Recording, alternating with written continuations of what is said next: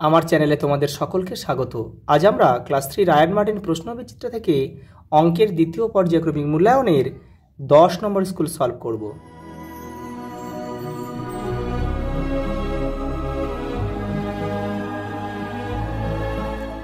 দেখো প্রথম প্রশ্ন, দেখো ভাগশেষ সর্বদা ভাজক অপেক্ষা ছোট হয়। 3 ডজন কলা, 1 ডজন মানে কত 12টি, তাহলে 3 ডজন মানে 36টি, আর 36টি মানে ক জোড়া 18 জোড়া, কারণ কি 1 জোড়া মানে 2টি, তাহলে 2 দিয়ে 36কে ভাগ করলে কত হয় দেখো 18, তাহলে 18 জোড়া কলা।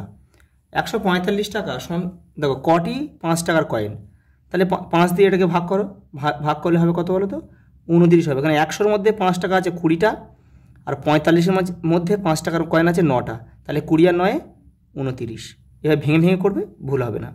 এবার দেখো 77 ভাগ 7 মানে কত 11, তাহলে উত্তর আমাদের 11, কারণ কি এখানে সমান সমান দিয়েছে, সমান সমান দিয়েছে মানে এখানে 11 আনতে হবে। তাহলে দেখো 11 আনতে হবে এখানে, তাহলে এখানে আছে 15 আছে, তাহলে 15-এর সঙ্গে কত বিয়োগ করলে 11, 15-এর সঙ্গে 4 বিয়োগ করবো আমরা, তাহলে হয়ে গেল সমান হয়ে গেল এটা, তাহলে এটাও 11 হবে, এটাও 11 হবে।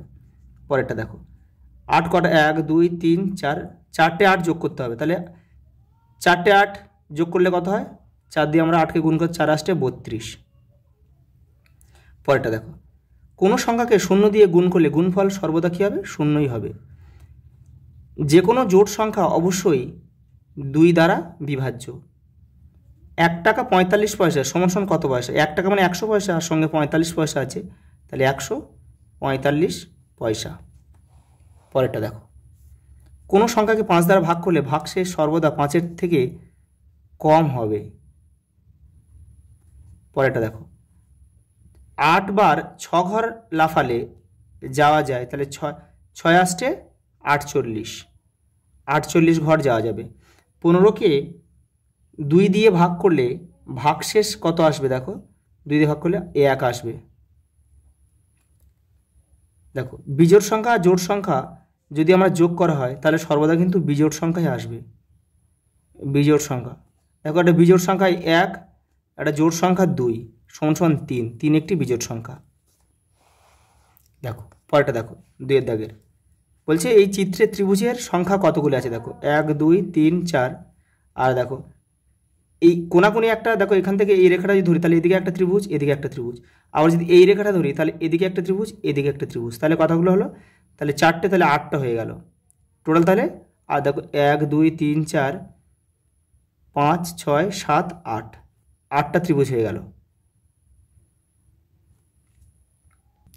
দেখো পরেরটা দেখো সঠিক উত্তরটি নির্বাচন করো। দেশলাই বাক্সের আকৃতি কি, আয়তকার।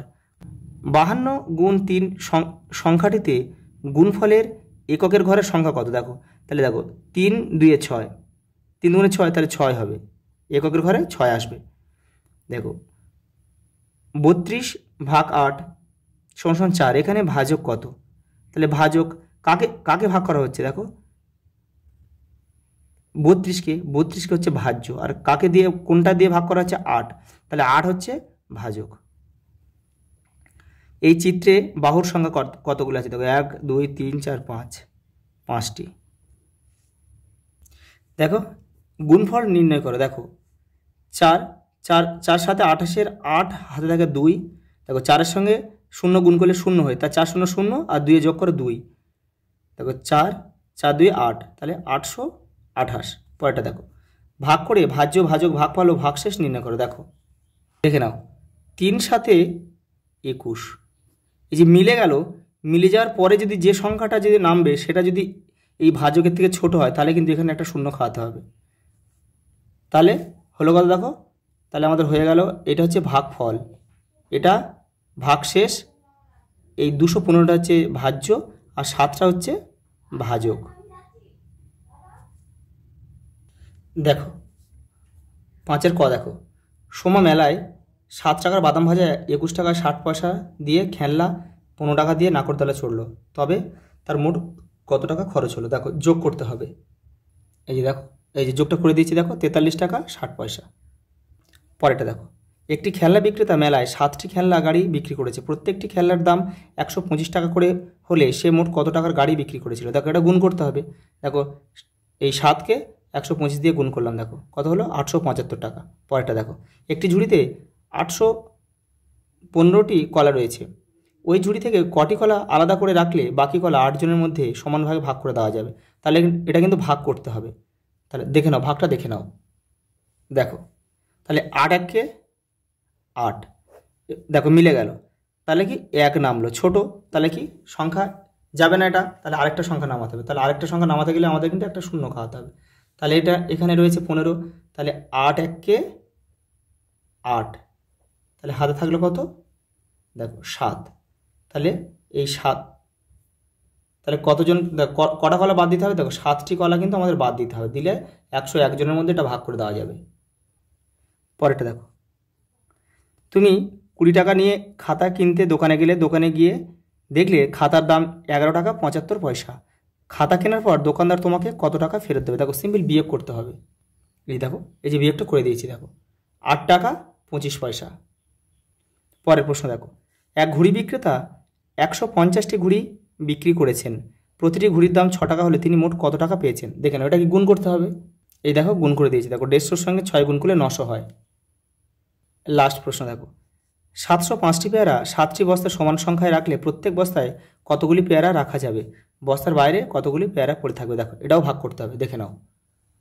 দেখো ভাগটা একটু দেখে নাও, 7 1 7। তাহলে দেখো এই শূন্য, এখানে দেখে শূন্যর একটা কিন্তু ভ্যালু আছে, তাহলে আমি যদি শূন্য নামাই তাহলে এখানে কিন্তু একটা শূন্য খাওয়াতেই হবে। কারণ কি বলো তো, এখানে কোনো সংখ্যা নেই। তাহলে এখানে যদি সংখ্যা নামায় তাহলে এই সংখ্যাটার, এই শূন্যটার কোনো দাম থাকবে না, সেই জন্য কিন্তু একটা শূন্য অবশ্যই খাওয়াতে হবে। তাই দেখো এর 5 নামাতে হবে।